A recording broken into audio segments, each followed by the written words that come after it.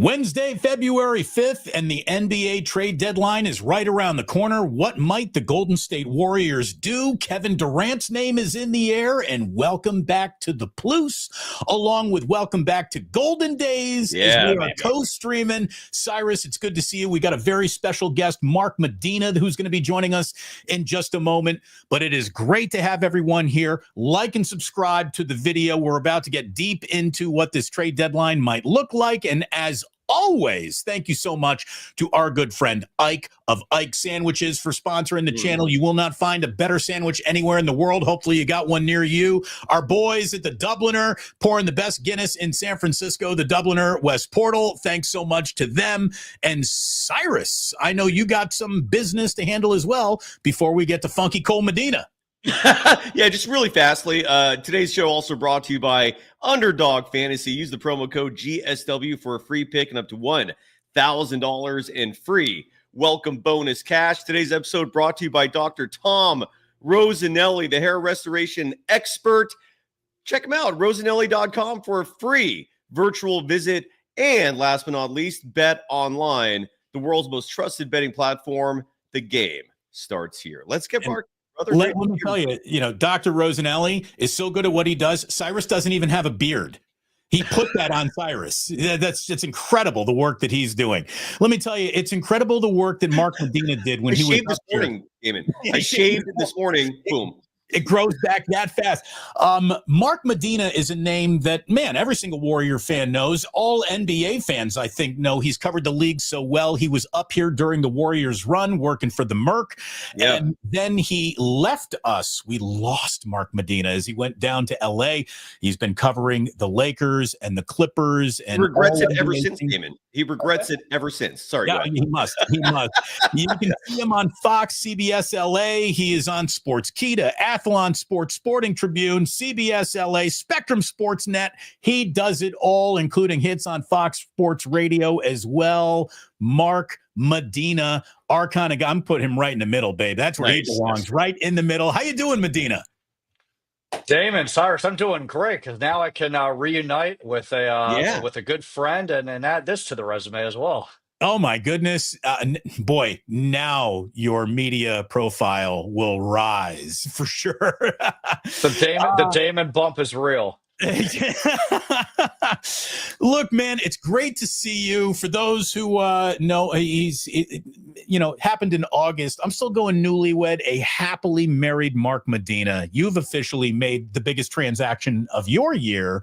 And let's talk about the transactions we might see here around the NBA in the next 24 hours, because here we are. We're at the deadline. And Mark, there's a lot to talk about, but we must start with the Kevin Durant rumor that is officially now swirling around the Golden State Warriors. What do you make of it? Do you think it is real? Do you think it could happen? Do you think it might have more of a whiff of desperation than a great move at this particular time? Damon, a lot to unpack here. It's real. It might happen. Now, what do we make of it? Shouldn't be surprising because it's Kevin Durant we're talking about. He's still playing at an all-NBA efficient level, getting another all-star nod. Obviously, the Warriors have a lot of history with Kevin Durant when he had those 2 Finals MVP performances and 3 NBA Finals appearances, 2 championships. But if there is a sequel with the Kevin Durant saga, it could look completely different because there's no Klay Thompson. There's no Andre Iguodala. There's not really even the strength of numbers identity that kind of defined the Warriors during their championship dynasty. They still have Steph Curry and Draymond Green, but context is completely different. So knowing how Joe Lacob operates, the Warriors do want to make a move. As you all know, he likes to pursue stars, but I think where the rubber meets the road is how the Warriors are going to calculate this formula: third star or roster depth. And when you look at the Warriors roster depth, it's very contradictory. This same roster enabled them to get off to a 12-3 start to open this season, but this same roster depth has now resulted in them barely making the play-in tournament if the season ended today. And so they're at this fork in the road moment. The Warriors want to be aggressive, but if they pull the trigger really depends on what they're giving up and who's available. But I will say this to tie it all up in a bow. Of all the stars that could be available, I see Kevin Durant as the most realistic as opposed to someone like Jimmy Butler.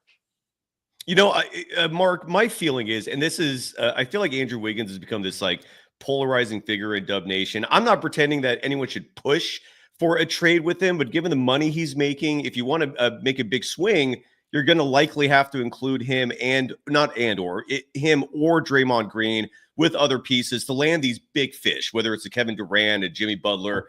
What are your thoughts on that, man? Like Andrew Wiggins seems like a Steve Kerr favorite. We hear this term culture brought up a lot with the Warriors, even though there are 500 teams sitting 11th in the West. So you got to wonder how valuable that culture is at this point. But what are your thoughts on the Wiggins piece, man, and other big money pieces on this roster, like maybe Draymond Green, in terms of whether or not this team's going to get a deal? Have you heard anything? What are your thoughts on all that?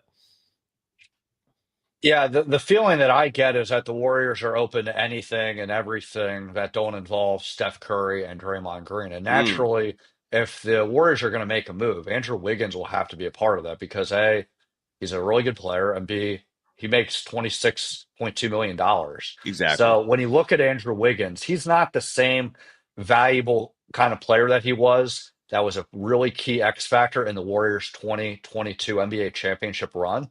But he's still a really good player, and everyone knows his job description as a really good defender, good secondary scorer. But I think the other part that the Warriors have to weigh is that if they're going to make a deal, they're going to have to include other players like Gary Payton II, Kevon Looney. Do they open up the cupboard even more and make Jonathan Kuminga available or Brandon Podzinski? What's interesting is last summer, it seemed very clear that the Warriors' stance was they would much rather have roster depth and invest in their young guys than trying to chase another star. And I think that if I had to guess, they will still lean toward that idea, but I still think that everything's on the table. They want to find some sort of sweet spot where they can make a deal, but also make sure that they have enough assets to make moves in the summer as well. And that's a very tough thing to master here in today's NBA. I heard Joe Lacob's been on the warpath in the last 10 days. He's not been happy. He wants to see something.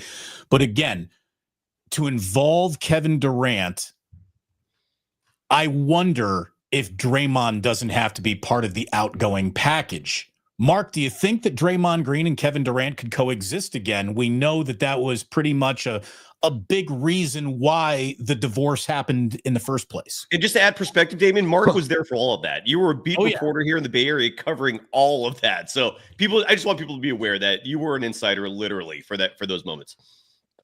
Yeah, Damon, it's a really good question to ask. And it's multi-layered. I think from an asset, what do the Suns want in return? They might have to make Draymond Green available because even through his injuries and his ups and downs, he's still a great all-NBA type defender. But as it pertains to, do they have to trade Draymond Green because Kevin Durant wants no part of reuniting with him? I think that's a little strong here. Here's why. They still played with in the Tokyo Olympics together with Team USA.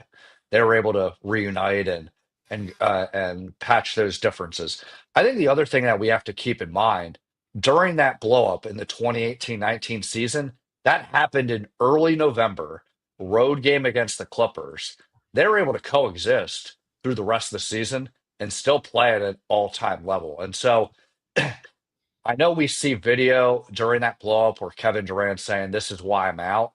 I still think to this day, and he'll tell you, Draymond Green's not the reason he left. It may have reinforced the other reasons why he wanted to leave, but I don't think that was the driving force. I think it was about trying to carve his own path. I don't think that he was necessarily obsessive. Oh, I want to be the guy. I'm jealous of living in Steph Curry's shadow. I think it was a challenge that he wanted to prove because all these championship runs that he was having with the Warriors was diminished. He wanted to prove that he can still win at a high level with other teams. So I think, that's the thing. He didn't. He made one of the dumbest decisions any walk away I think we could ever attach to. I mean, Kyrie obviously has had quite a bit of rehabbed image since the worst of it in Brooklyn, but he was a sketchy guy to attach yourself to, especially coming out of the shadow of all the competency that Steph Curry offers as a leader. You know, his whole,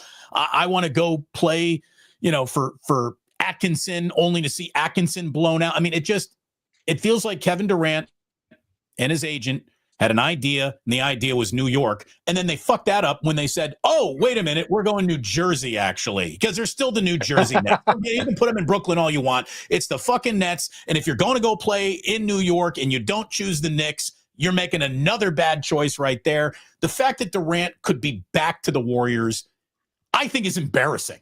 I really do. It'd be good for the Warriors, but Kevin Durant, I don't know if there's anyone who has done more to sully their own reputation with bad transactions that you forced than that guy. Yeah, the fascinating part about Kevin Durant is that when he's played with other teams post Golden State, it's been a stark contrast as far as the organization stability, the teammate experience. I think Kyrie Irving's obviously the perfect example, specifically when he was in Brooklyn. But the other contradiction is Kevin Durant, even for all his injuries, when he's been on the court, he's still been as efficient as he's ever been. And He's a so, bucket. He's a bucket. He is. yes, he is a bucket. So if he were to reunite with the Warriors, again, the context's going to be different because Andre Iguodala's not there, Klay Thompson's not there. Steph Curry and Draymond Green are still playing a high level, but they're several years older. They don't have the same kind of bench identity that they had with guys like Sean Livingston, Zaza Pachulia.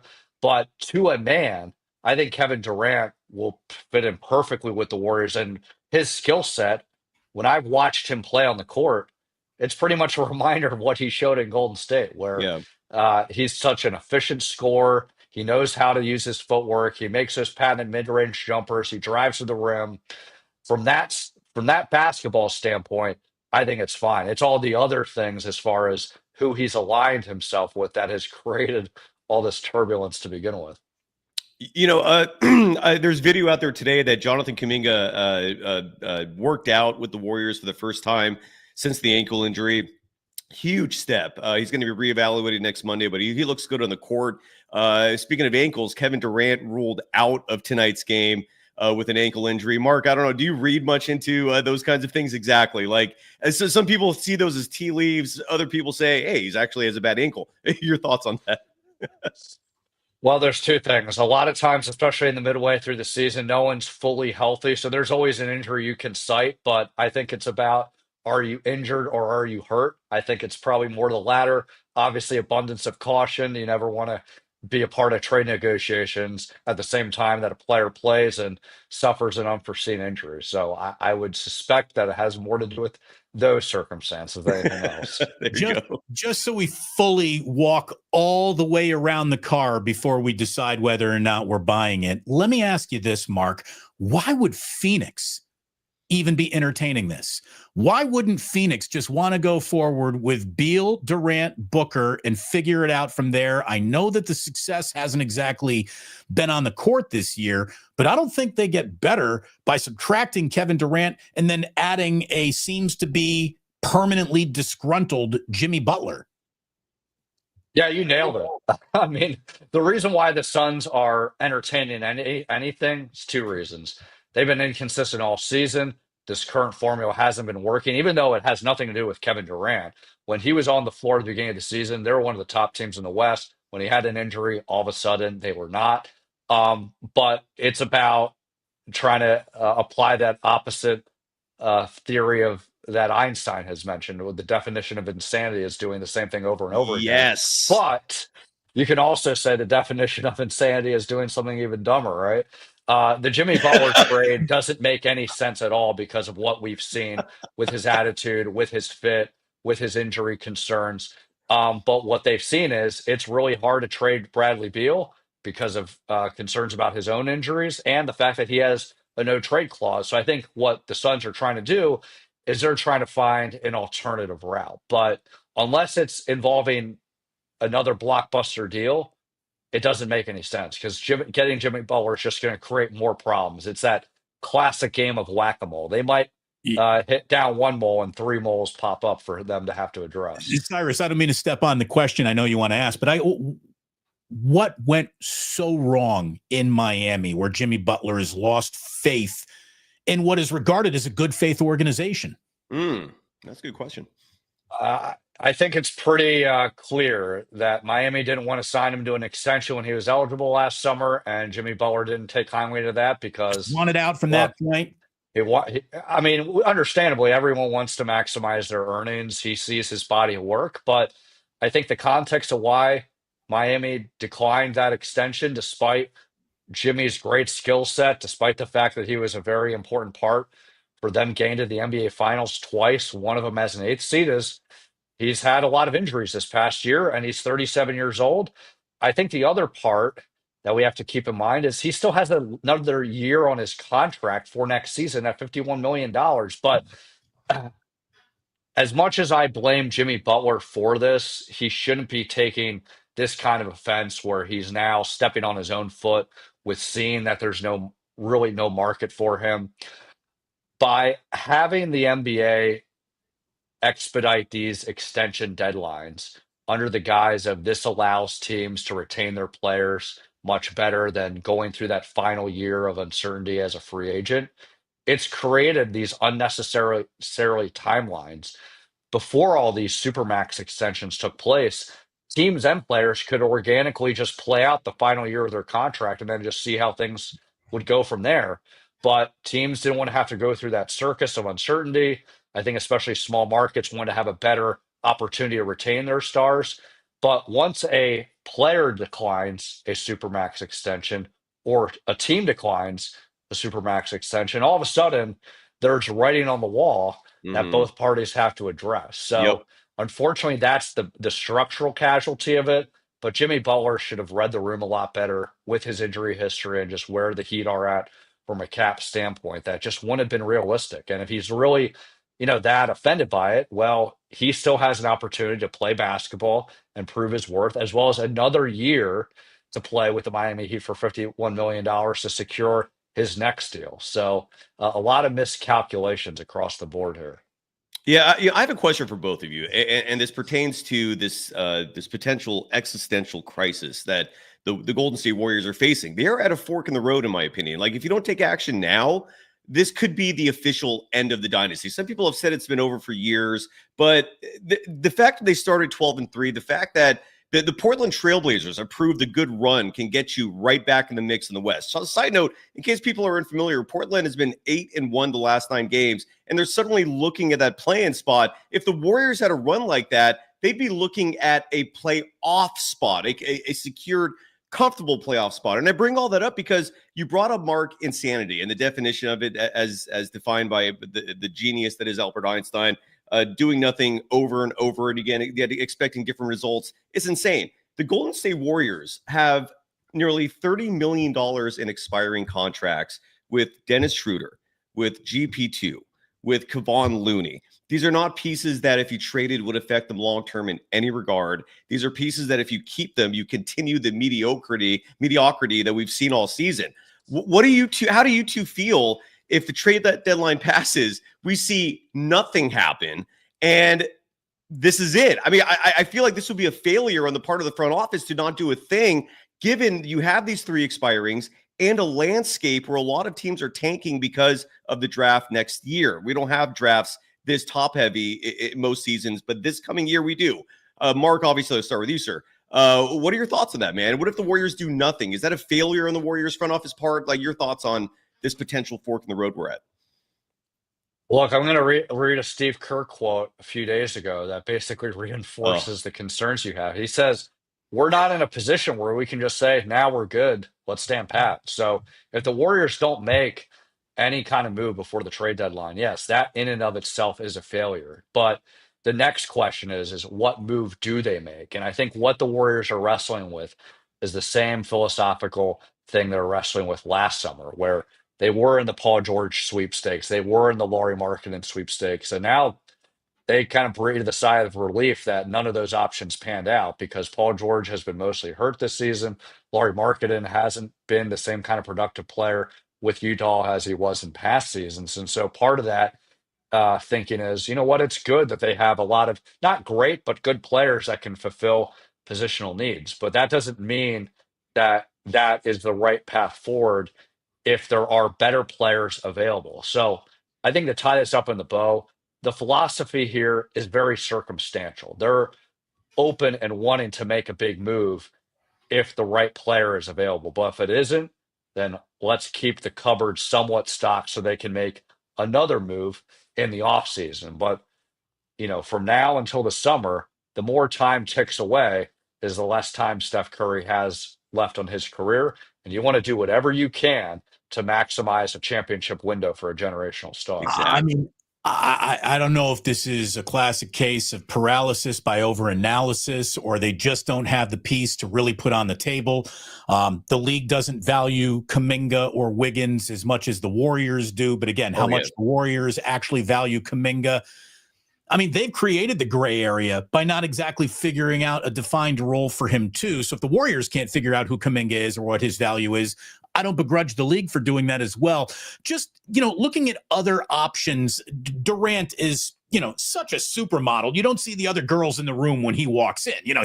He's Kevin freaking Durant. Are the Pelicans going to put Zion in play? Are they going to put Brandon Ingram in play? And are either of those guys a plan B if this Durant thing, which sounds like it could be imminent, actually falls apart? I don't think the Pelicans are going to put Zion in play, even though there's a lot of questions, concerns about his conditioning, his availability, his durability. I think the Pelicans are still leaning on the fact that when he's on the court, he's really good. You're not going to get enough in return. They need to still have some relevance to, survive as a small market.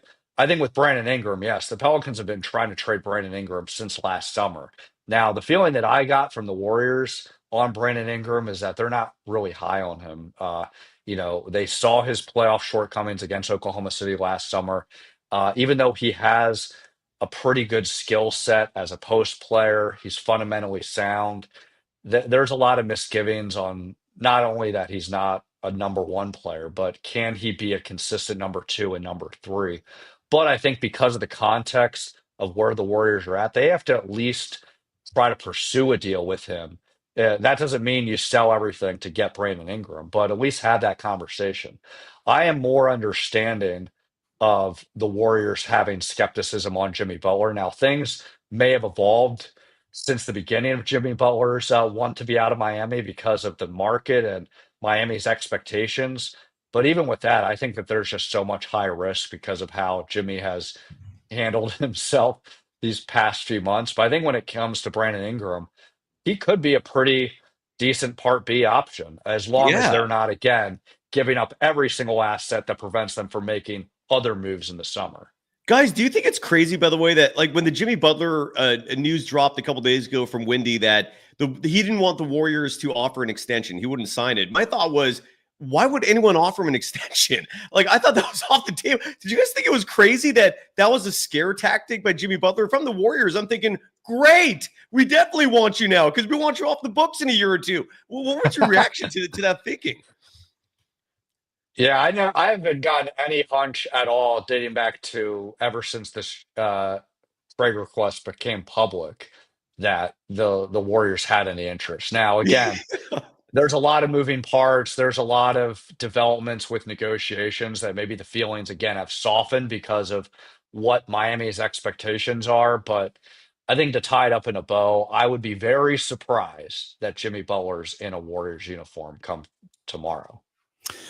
Mark, look, you talk about tying things up in a bow. You just got handed one of the more remarkable presents we have ever seen go down. The number one story in New Orleans ahead of the Super Bowl is Luka Dončić was traded to the Lakers. It is the number one story on Radio Row. It's still all anyone can talk about Wednesday of Super Bowl week, and it happened on Saturday.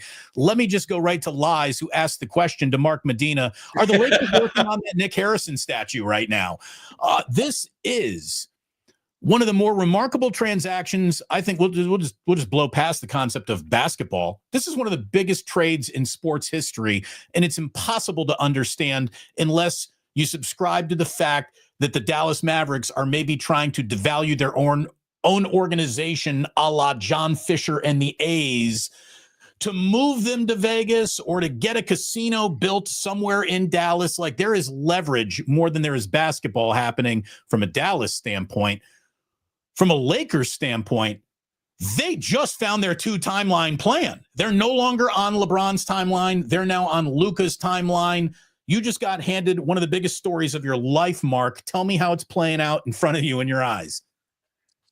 There's a lot to unpack, and being around the Lakers with Luka Doncic's press conference and being around the Lakers for their game against the Clippers, there's a lot of weird emotions going on. On one hand, LeBron James and the Lakers, they didn't take it lightly that they lost Anthony Davis. For, all the talk about Anthony Davis's injury history and his inconsistency, he was a very key part in that championship run in 2020. And I know that he's technically nursing a abdominal injury the last week, but since January of 2023, he didn't have a major injury. So he was very consistent. There's a reason why he made the All-Star team here. But I think the Lakers, they also made the calculation that even with LeBron and AD playing at their, most best throughout the season, they've been a team that's fifth, sixth, seventh in the West. Let's make a big swing. And so no doubt this is a no-brainer long term because Luka Doncic is a generational star. He has that global box office appeal that the Lakers love. We don't know when LeBron James is going to retire, but it could be soon because he's 40 years old in his 22nd season. Short term, though, there's a lot of questions. They don't have any defenders right now. They don't really have many centers. But one, the Lakers plan to try to make moves before the deadline tomorrow. And B, their first round pick to move. I mean, I can't believe they didn't have to give all of it away to Luka. Well, exactly. And they still have 2 first-round picks left. They have some rotation players like Austin Reeves, Rui Hachimura. So I think from an on-court fit, LeBron James made it clear when I asked him, we play with each other fine. We're going to figure it out very quickly. They're great ball handling guards. They're very smart. They're great scorers. So any concern about, will LeBron be willing to give up the ball? He wasn't willing to always do that because it was with Russell Westbrook, who was erratic, and D'Angelo Russell, who was inconsistent as a shooter. Luka Doncic, for whatever shortcomings he has with his conditioning, one, it's over-exaggerated, and B, he's still a hell of a scorer. So I think from that standpoint, it's great. And I'm very surprised as well. If the Mavericks were going to go down this path, why not have, an open bidding process? Rob Pelinka did say because of the relationship that he has with Nico Harrison dating back to, Nico working at Nike. Rob Pelinka was, Kobe Bryant's agent, that they swore themselves to secrecy here. So, by swearing themselves to secrecy, that was part of the reason why this deal worked. But when you're trading a generational star, I'm sorry, you try to get the best offer available. You want to bring that to Lakers, market.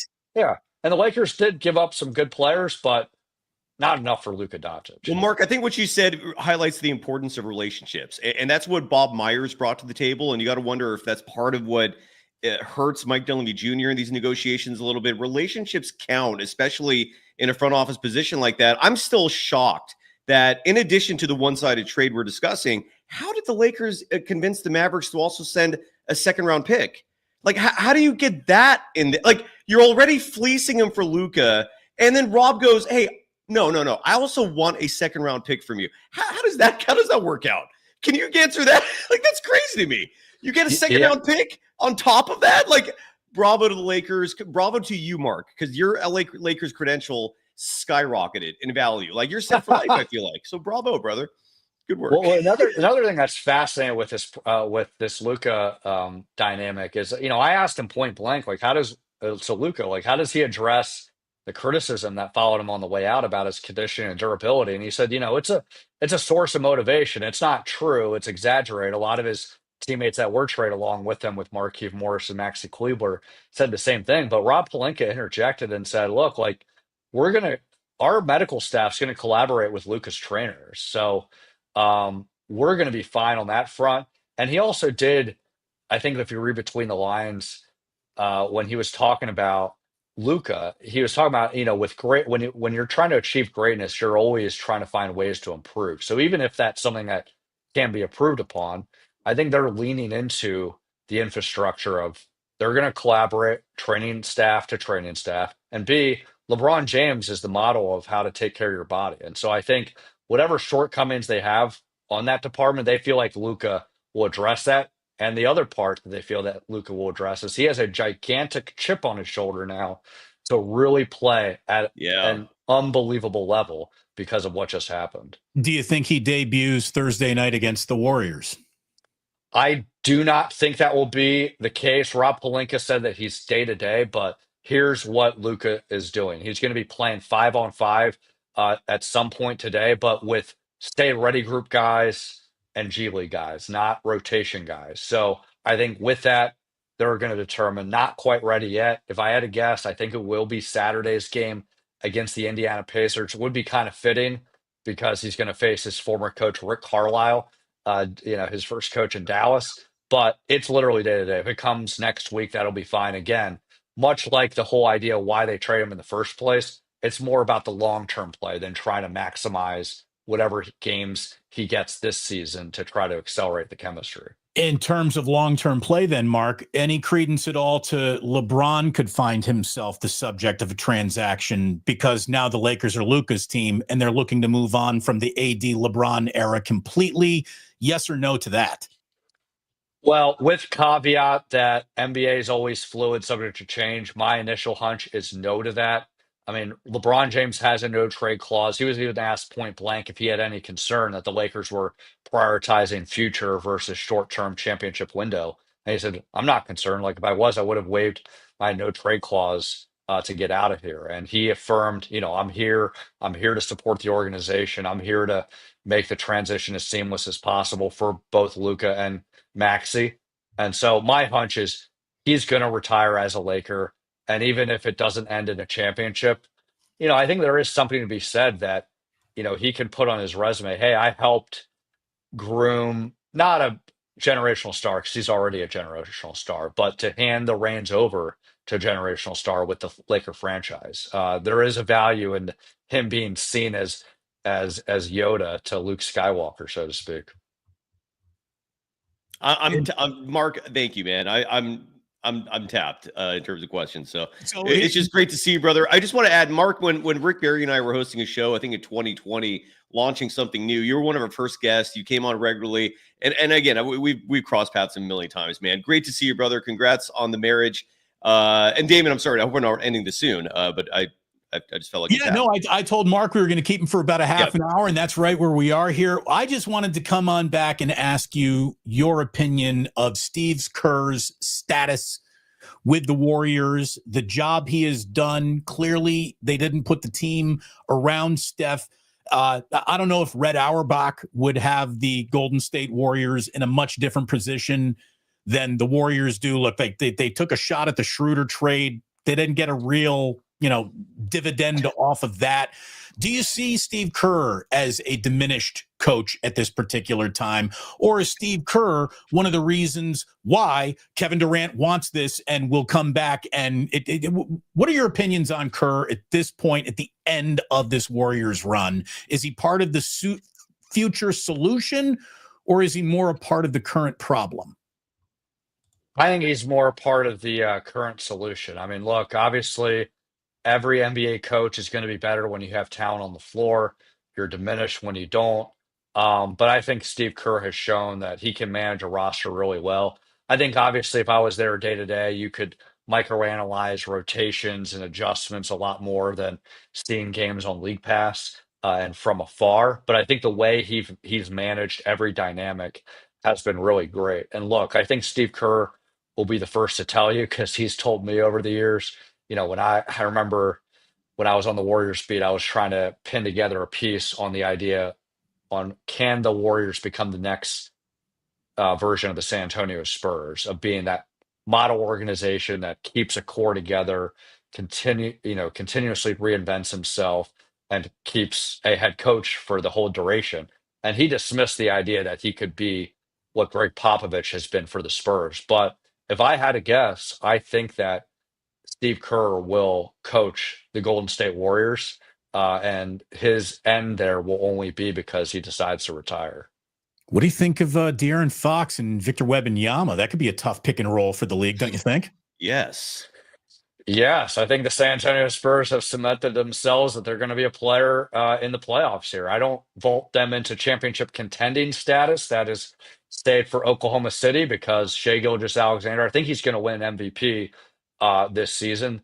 They have played really well, even without Chet Holmgren for most of the season. Part of that's because they have another great big in Isaiah Hartenstein, but they have really great wing depth, great perimeter defenders in Lou Dort, Jalen Williams, Alex Caruso. They're very well coached. But with Victor Wembanyama and De'Aaron Fox, they're going to be highlight reels to come, and I expect them to make at least the second round this season. Mark, good seeing you, man. Thanks so Yeah, much it for was. spending some time. We appreciate it. And, And tell I just Luka- want to add, Mark, a lot's changed since you've been on the beat. A lot, brother. But with that said, man, thank you so much for coming on, brother. Damon, great booking. Great booking. Oh, hey, you know what? I can produce a show, not just host it. Thank you very much, Mark. Congratulations to you and your bride, who obviously decided it was time to, hold out huge expectations and just settle. Luckily, she settled on you. Well, Damon, Cyrus, thank you so much. I'm forever grateful for not just the work, but obviously Val and I being a great partner. And, so much that when I saw Steph Curry in LA a few weeks ago, I showed him the jewelry and I said, hey, guess what? We both got jewelry this summer. He got the Olympic gold medal. I got an even better piece of jewelry than him. So I'll take it. Very nice. And night to that. Thank you very much. Mark Medina, boys and girls, one of the best doing it. And we're very happy that he could stop on by, make a little room for us here in what has been a very busy 72 hours for him. He's looking at the deadline. He's got the biggest story in sports just plopped in his lap in Luka Dončić. And really appreciate his time today. Dude, he's set for life, Damon. Like his LA Lakers credential, like it already had like limitless value, and now you might as well just like wrap it in gold, dip it in one of those gold tubs where it's just and it's got to weight as he's walking around. That thing's just that has limitless value now. Congratulations to Mark Medina, and great little backhanded compliment there. That made me laugh, brother. That was funny. When you find the right woman who decides to relax her own standards, that's when a guy like me gets married. And congratulations to Mark. He had the same formula going for him. And you need great women to lower their standards, and then guys like me can come and play. It's nice. It really is. Look, this is obviously, every single Warriors fan is just sitting here waiting, hoping. Sam Esfandiari and Andy have been hysterical follows over the last 24 hours trying to, speak this Kevin Durant possibility of a trade into reality. Look, if the Warriors can add Kevin Durant, go ahead. Just add Kevin Durant if you can do that. Who they would have to give up, it really doesn't matter. That person is never going to be Kevin Durant at any point in time. Agree to disagree on that. I'm not enthusiastic like you would be if Kuminga is included. Like, make that deal happen without Kuminga. I share your sentiments. If you include Kuminga in that deal, congratulations on maybe getting yourself into the playoffs this year and getting your ass kicked in the first or second round. That's all you're getting, and your future's mortgaged. I do not want Kuminga included in the Kevin Durant deal. You can't forget. I'm not doing the deal without Kuminga if I'm Phoenix, though, right? I don't know, man. So if we're being realistic, Kevin Durant and the Warriors are not a two-team trade. There is a third, possibly a fourth, maybe even a fifth team involved. There will be a lot of second round pick swaps, poo-poo platter players, I think, that will be involved in this. I just don't see how there's any talk of us surrendering Durant without you giving us Jonathan Kuminga. I would want Kuminga more than any pick. The problem with that idea isn't it, like, if it was just Kuminga and Durant, I mean, it'd be a tough pill to swallow, but what am I going to do? I'd roll with it. But the problem is, if you're going to make that deal happen, it's Kuminga and Wiggins and or Dre and half your roster. I don't even know how you could rebuild the roster, filling potentially 5 holes in it with the zero cap space you'd have. I just don't. I'm not signing up for that, man. And you could. I know all these fan folks who are just fans out there, like the names you mentioned, who put no logic into their thinking, want Durant, great. But again, if you get Kevin Durant on this team and you're sacrificing Kuminga, you're literally just swapping one mediocre team with another, man. The Suns with Durant aren't jack shit either. Why would you think the Warriors would suddenly be if you gut the roster to get him and mortgage the future? I'm definitely not endorsing that deal. But that's me. What if they do nothing? That What if sucks nothing too. is really at the end of the day? Here's how I want the rest of the year to play out if there isn't something that happens. I want Moses Moody getting fucking minutes. I don't want any more messing around with Jonathan Kuminga. The minute that guy's healthy again, he's playing 42 minutes a night until the wheels come off. Yes. You got to figure out what you actually got. And the fact that the Warriors still don't even know enough about their own team. Like, hey, Quentin Post, why did it take so long to get to this guy? Yes. I saw you tweet that. Thank you for tweeting that. I saw that and I retweeted you. Look, your question about Steve Kerr was right on the money, bringing it up with Medina. The thing is, Mark Medina left the beat for the Warriors, I think around 2019, right when the Durant years ended. I think he left at the same time. And so the version of Steve Kerr coaching the Warriors then versus now is night and day. Like he had zero. Is Steve different or is the team different? Because Steve was rough on rookies back then too. It's not like he gave Nico Mannion much run. You know what I mean? Right. Back then, though, you didn't have to develop talent, right? He had the team. He had the pieces in place. All he had to do was manage it. And over the last 5 years, again, this is where the two timeline thing has come back to bite Joe Lacob in the ass. Although, if I still maintain if you had simply swapped the 1 and 2 picks in 2020, we would never be having this discussion. But that's a whole other side note and a huge what if. But my point is, right now, yes, Steve Kerr has had to develop talent the last 5 years. He's shown that he doesn't have the patience for that. He's shown that he has a very clear bias when it comes to veterans versus young pieces, unless the player's name is Brandon Pajemski, in which case, apparently, he's like Steve Kerr's stepson at that point. But I'm with you, man. Like Steve Kerr, when it comes to youth, is not the guy. It's just not his role as a coach. Like he's limited in that fashion. And so don't trade Kuminga, please. With all that said, Stephen Curry, to me, okay. Let me take a step back here, Damon. What do you think about this? I'd rather the Warriors start rebuilding than doing the kind of trade you're talking about, where you swap Kuminga and half your roster for Kevin Durant, so that you could stay maybe relevant for like another 6 months to 18 months at the most. Like I would rather them blow this thing up, man, and start rebuilding. You've got an incredibly deep draft next year. I don't like where they're at now, this no man's land. What are your thoughts on that?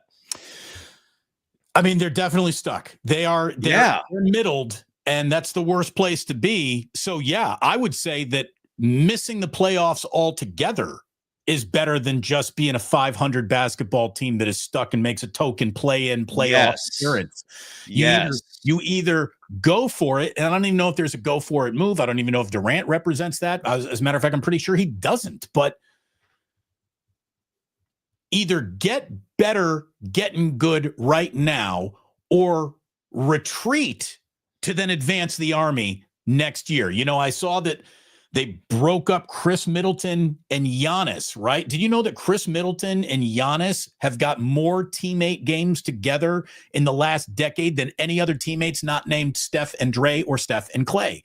So those two guys have been playing together forever. Bucks just moved off of Middleton. What does that mean for Giannis this offseason? If you're telling me you got to eat shit the rest of this year to maybe get to Giannis this offseason, okay, but that's a big hope that works out to place much faith into. By the way, speaking of working out, thank you very much right here, because we paused for Super Chat. 650 dropping a 50 spot into the Ganja jar. Thank you very much, 650, for supporting the program. You want to support the program, you don't have to make a generous Super Chat like that. Just hit like and subscribe.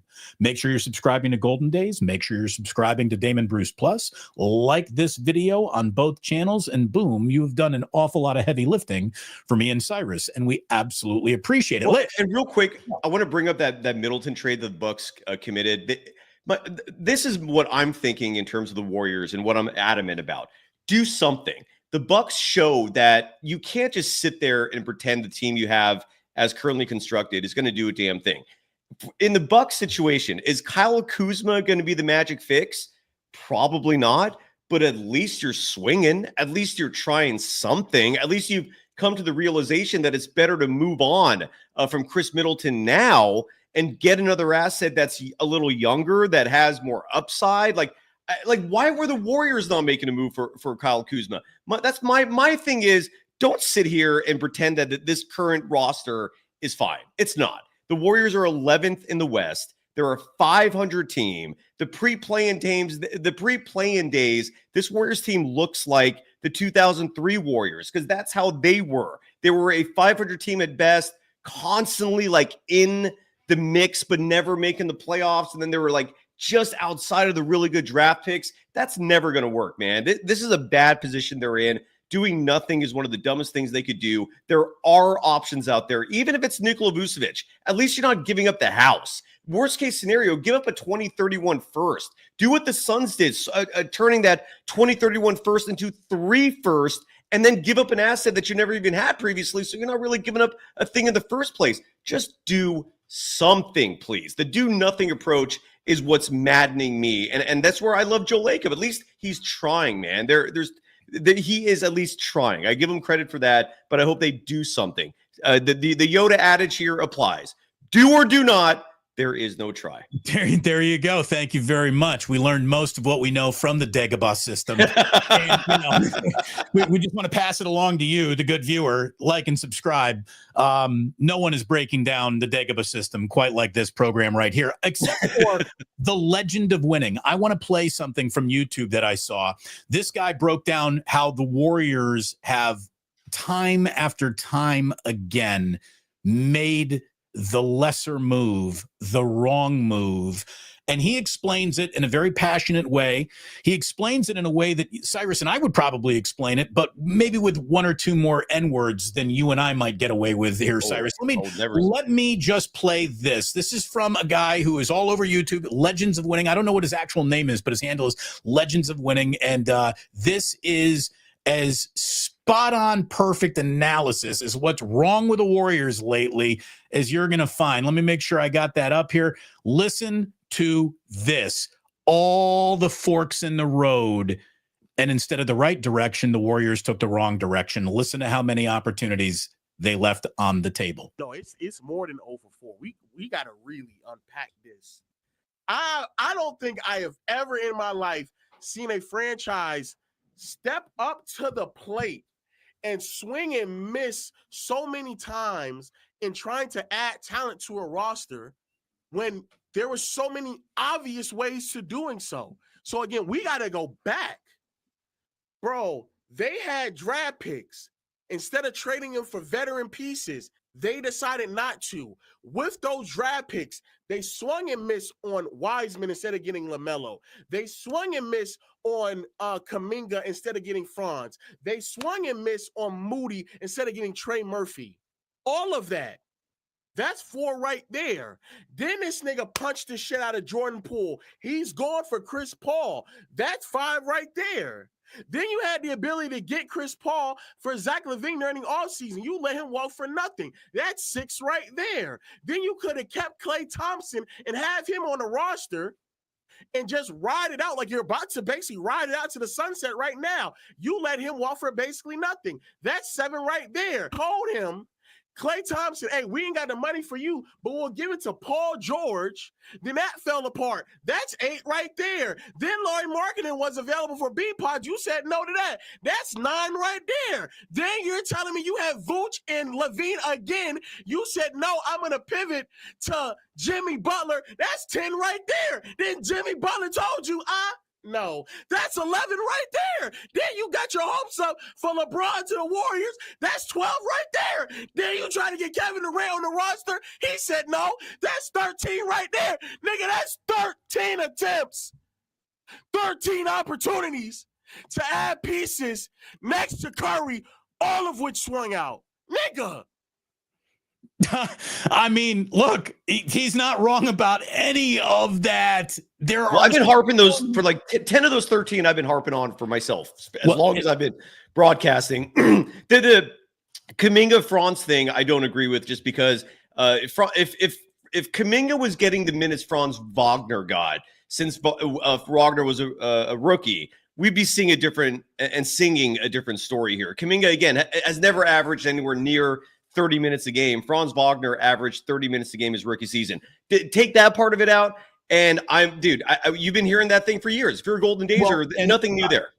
So let me tell you the names he didn't mention, because there was a chance to maybe add Alex Caruso. They didn't do that. There was a chance for Pascal Siakam, who everyone said really good, but not good enough for us. Pascal Siakam would have been a perfect Golden State Warrior. OG Anunoby is another one of those absolutely gettable without mortgaging the future, which, by the way, is the Warriors' brand new favorite bumper sticker to hand to you when you're walking around like, don't mortgage the future. What fucking future?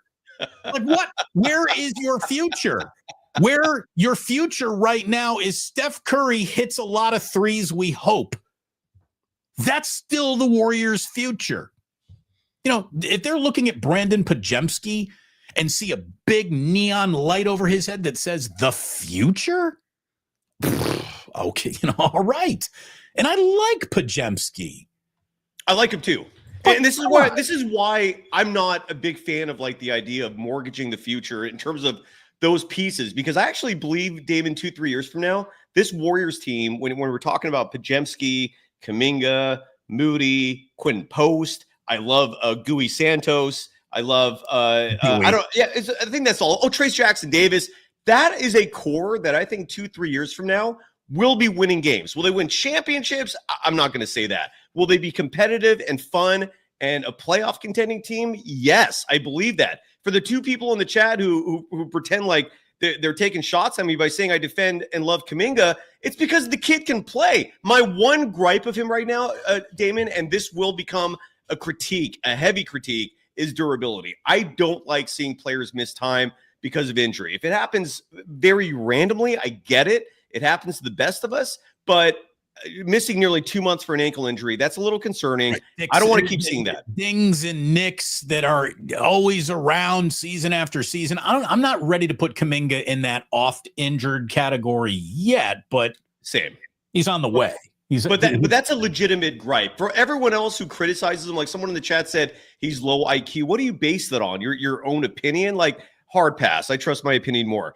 Someone else, I don't even know what you criticize him for. What they still are? They're still looking at him, Kuminga getting lost looking baseline and not behind him when they had, Kuminga totally missed an assignment when the Warriors got beaten by a late bucket. I can't even remember who it was. There was one. Yes, I remember that game. There's 100 possessions a game. If you focus on one possession for the rest of your life, you're missing the big picture here. There are a lot of play. Like if you studied one individual for an entire game, if you had just a camera focused on one guy and followed him around every play, you would pinpoint a million different mistakes, regardless of who the player is. Don't focus on individual possessions and pretend they reflect the big picture, man. Right. And Brian Knox here in the chat.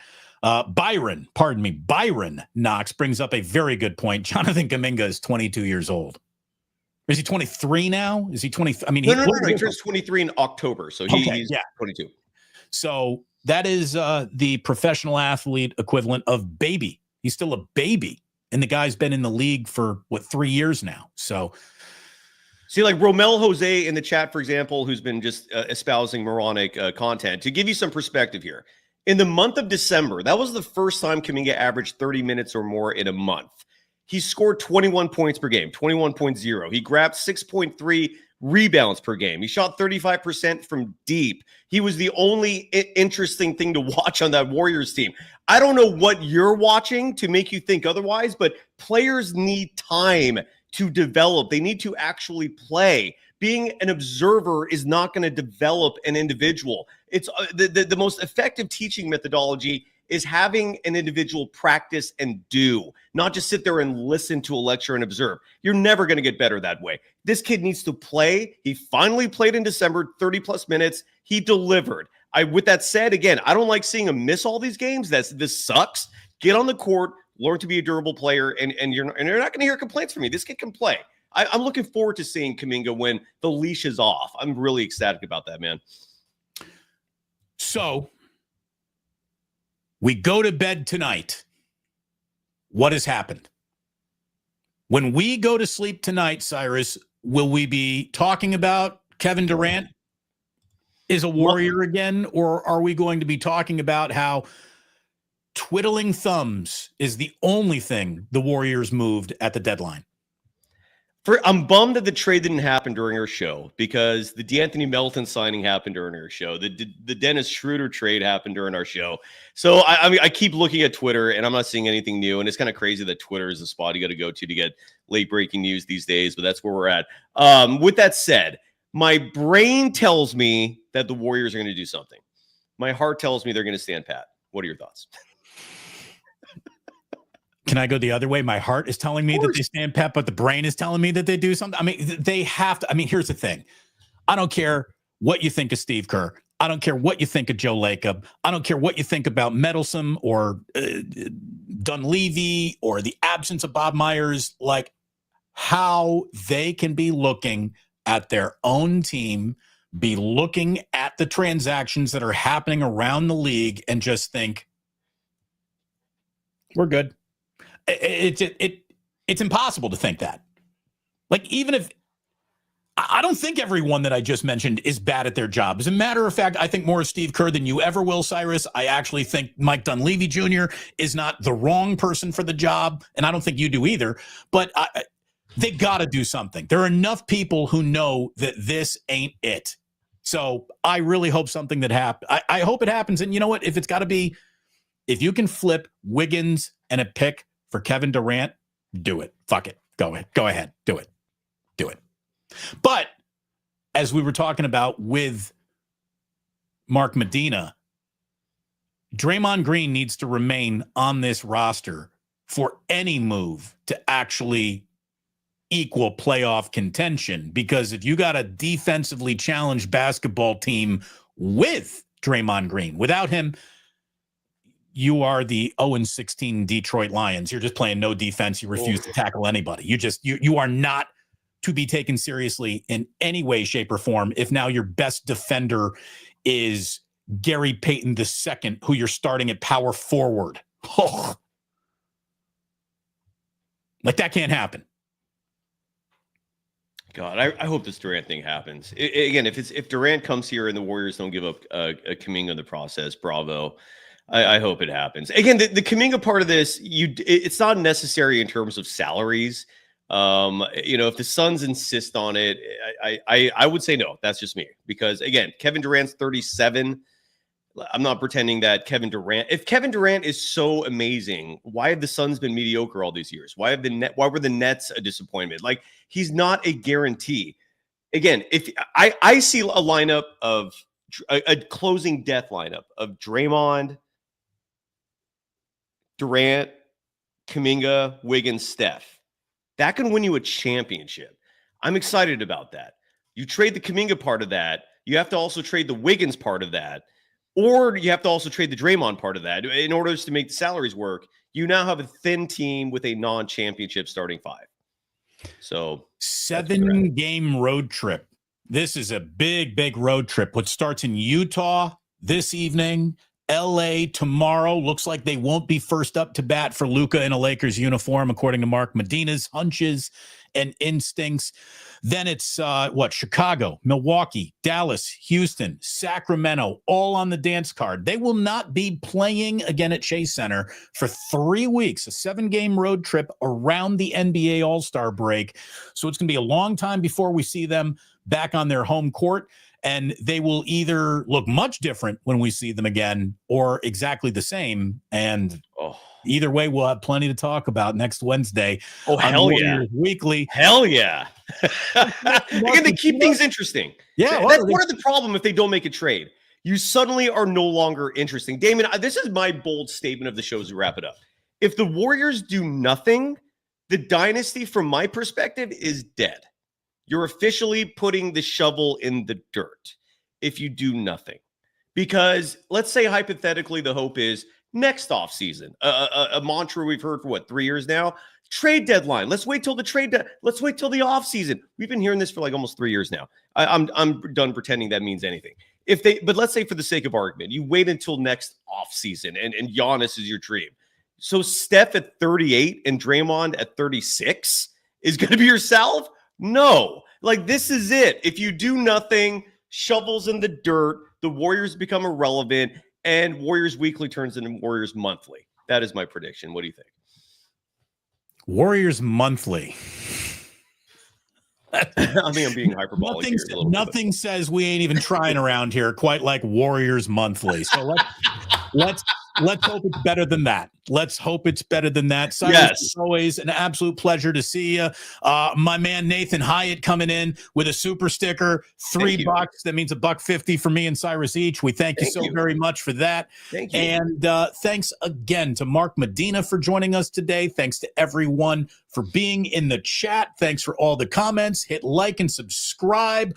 Over 1,000 viewers of this show so far today. And again, it hits the internet and it lives forever. So hit like and subscribe. It'll push this channel, both of our channels, to more and more good people who want to learn about what the Warriors might or might not do. Thanks again to Medina. Always good to see you, Cyrus. Another super sticker coming. Wow. Thank you, Nathan. It's a full $3 for each of us, Cyrus. Thank you, Nathan. Thank you. We're raking it in. Thank you very much to Nathan. Again, thanks to 650 for getting generous earlier on in the show today, too. And that is it. Pay attention, hit like and subscribe, because something very interesting could happen today, or again, Warriors Monthly will be back in I'm not actually saying this again, but if they don't make a deal, and I made a slight mistake, by the way. If they make that trade, they wouldn't have Wiggins and Draymond, so that 5 I was discussing would be you'd swap either Wiggins or Draymond. You ain't gonna get all of them. But 4 out of the 5, I'm still taking. I mean, that's still a team that no one else wants to deal with. So sign me up regardless, whoever that 5th person is. But yeah, always a pleasure, brother. Congrats to the Warriors for keeping things interesting this late in the game. A lot of people would have thought at 2025 that the Warriors would have been cooked and a foregone afterthought in terms of just, a team we're still talking about. They're in the forefront. So bravo to them for that. It's not easy to do, but I do hope they do something, Damon. Love you, brother. Thanks as always. This is fun. The right trade doesn't build character, it reveals it.